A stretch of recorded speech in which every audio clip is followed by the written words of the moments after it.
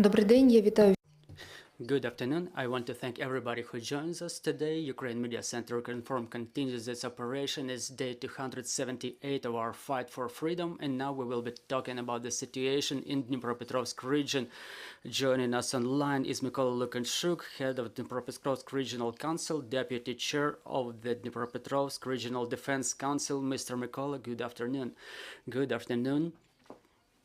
Mr. Mykola, let's start with the last day. How did it pass in the Dnipropetrovsk region? What is the aftermath of the strikes inflicted by the Russians on Saturday and Sunday? Let's start with the most difficult subject. On Saturday, two communities in the Dnipropetrovsk region were attacked. In my opinion, the target was exclusively the terror. There are no military installation in that region. We had one casualty and 13 injured. A body of a person was found under the debris of an enterprise which manufactured crops, the agricultural enterprise. Regarding other sectors, an object of transport infrastructure was damaged, but due to security reasons, we cannot disclose any details of that strike. However, I can say that the damage is significant on the facility. As to the region in general, the situation did not change substantially. In Energodar, for example, more than 300 shells, including heavy artillery and rocket artillery, they were used in the strikes over Nikopol community. For what we understand, Nikopol region finds itself without power supply and water supply. The infrastructure is heavily damaged. Yes, DTEC keeps on working and repairing the networks, the power supply grid.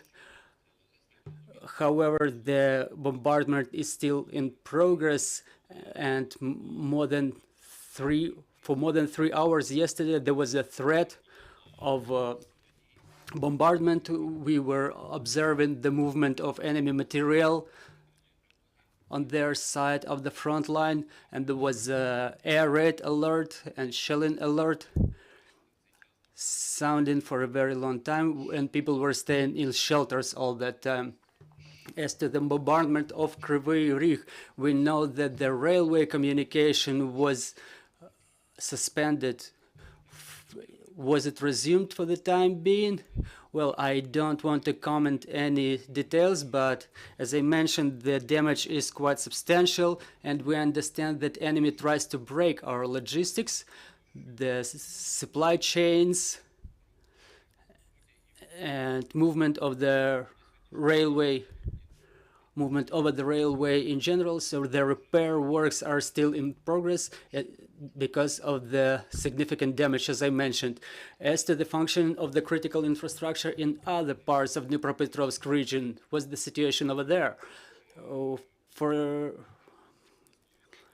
Within the last weeks, we had a meeting with the local governments, with the mayors and the deputies of the regional councils and all the utility services involved in power, water, and heating supply.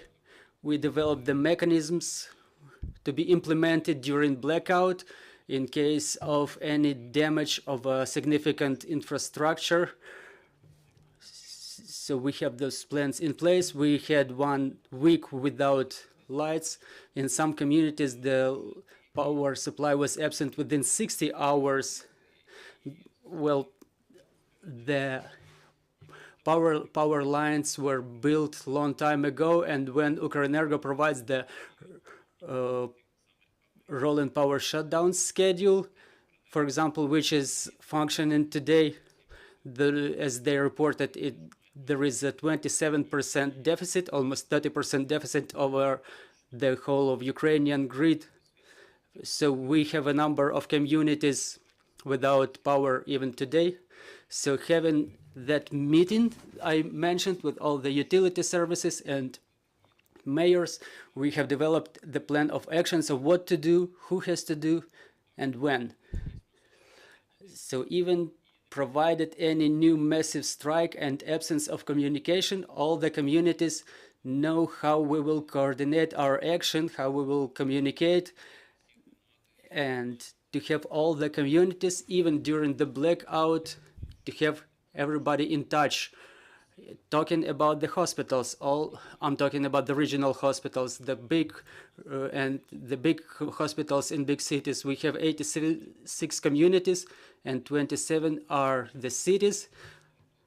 They are all equipped with generators, so all the people who are there or who undergo surgery or in intensive care units, so they don't stop operating. Everything was provided by State Emergency Service. There is a plan in place for water supply. How the water supply will be reestablished, reconnected, where we will take water, or how we will have water delivered or pumped using the generators. Talking about the heat supply, we understand that the small boilers will work all across the small towns and small communities. But talking about some big-scale boiler rooms, in case of blackout, they are powered by the grid, and there will be no heat supply, unfortunately. For the time being, there is water supply, there is heat supply. As to the power supply, there are multiple communities where the power supply is absent for 8 or 12 hours, but the situation within the last 2 or 3 days is more, I would say, understandable, and it's not the case that any community spends like 3 days without power at all. Some of them get reconnected. About their resilience stations, they started operating all across the country. How is the situation with them in Dnipropetrovsk region? Are they launched already? Are they deployed? If there are any complications, what are they? Well, the situation is being monitored on a daily basis. The people's deputies, regional deputies, mayors, local governments, and the state emergency services analyzes the situation, and if any issues arise, if anything is absent at a resilience point, we take all the necessary steps to mitigate all the deficiencies. We understand the problems. We had a meeting of Regional Defense Council at 12 o'clock. We've heard the reports of regional head of emergency service, and I can tell you that the situation with the resilience stations in the Dnipropetrovsk region is pretty good. We keep working. Obviously, we have some maybe weak links in some stations. For example, internet is absent, but if we're talking about recharging of a telephone, heating, having a small snack, drinking a cup of tea, everything is all right in that regard. Internet is not connected to all the resilience stations. However, this issue will be solved pretty shortly, I guess, using Starlink. Mr. Mykola, maybe a difficult question about the operation of businesses under conditions like that. We understand that business is directly connected with the replenishment of local budgets. What's the situation with them? I'll tell you what. On Thursday, I found a place to drink a cup of tea because there was no power supply. But I've seen a businessman who was driving his own car. He started a generator and he was selling that tea. But talking about big businesses, if there is a line, a manufacturing line, working under conditions of emergency power shutdowns, and we understand that this emergency power shutdowns happens due to the order of Ukrenergo, so this influences to a large extent on operation of any business. Rocket strike threat adds to it because people have to stay in the shelters, but talking about medium-sized business, if there is a rolling power shutdown schedule, we understand the people cannot pay using their card, they cannot service their customers. We understand that the gas stations keep operating using the generators. However, in my opinion, it influences the strikes, the rocket strikes influence the economy, impact the economy, so there is less taxes and less funds are channeled to defense of our country. So the enemy intentionally does everything aimed to create a humanitarian catastrophe and to create the pressure on economy. I will tell you that there is a large number of applications. Many businesses wants to get added to committees involved working with the regional administrations to get connected to the grid, but the main priority is the people, the communities, the medical infrastructure and critical infrastructure. We have questions in our studio, please. Good afternoon, Olga Apanasenko, Ukrinform. Can you please comment on the dynamics of evacuation of the deoccupied territories in Kherson region? Does the number of people coming to Dnipropetrovsk region increase? I mean, coming from Kherson region, and what are the numbers we are talking about here? Ms. Olga, thank you for your question. I want to say that within the last week, the number of people coming to our region grew 5,000 to 6,000. I mean, people coming from Zaporizhia region and Kharkiv region and Kherson region as well. So those were the people who were registered with the social services, and we keep receiving the information on a daily basis. This is how we build our communications on the level of local governments. Every community reports on the internally relocated persons, the number of children, men, women, people over 60 years.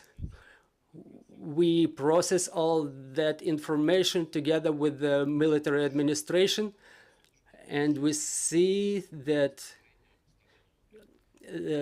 about 6,000 people got registered in our region. So this is specifically the part from Kherson region in Kryvyi Rih. Why Kryvyi Rih? Because it's a powerful industrial center, just as Kamensk, as Pavlograd, but it's closer to Kherson region. And it's quite understandable when people choose between, say, Odessa, Mykolaiv, or Kryvyi Rih, they choose Kryvyi Rih. We understand that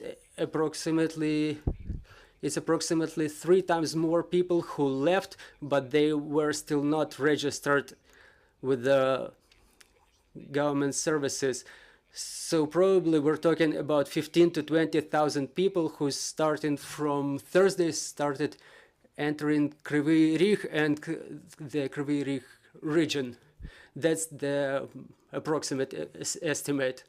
Any more questions, friends? Mr. Mykola, thank you for joining us online. Dear colleagues, I will remind you, we had Mykola Lukashuk with us, the head of Dnipropetrovsk Regional Council. At 14:30, we will have Yaroslav Yanushevich, head of Kherson Oblast Military Administration, join us online. So bear with us. Glory to you.